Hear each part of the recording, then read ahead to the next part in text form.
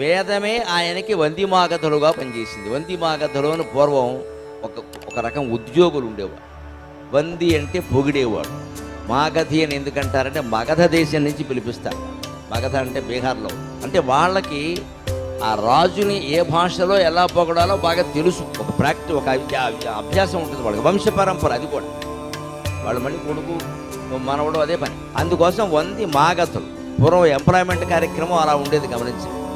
రాజుని కీర్తించడానికి పొద్దున్నే లేచేటప్పుడు కీర్తించడానికి 2 ఉద్యోగస్తులు. వాళ్ళని మగధ నుంచి పిలిపిస్తారు. బీహారో యూపీలోనో ఉంది కదా మగధ, అక్కడి నుంచి పిలిపిస్తారు. వాళ్ళకు ఒక సెక్షన్ ఉంటుంది. వాళ్ళు ఎలా చక్కగా రాగం తీస్తూ పాడుతూ ఎలా పాడాలో అలా పాడతారు. దాంతో ఈ రాజుగారు మేలుకుంటారు.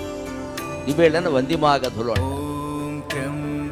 శ్రీ మహావిష్ణువుకు వందిమాగధులు ఎవరయ్యా అంటే ఋగ్వేదం, యజుర్వేదం, సామవేదం, అథర్వణ వేదం 4 వేదాలు ఆయన స్తోత్రపాఠం చేసి వందిమాగధులు ఆయన వైభవం.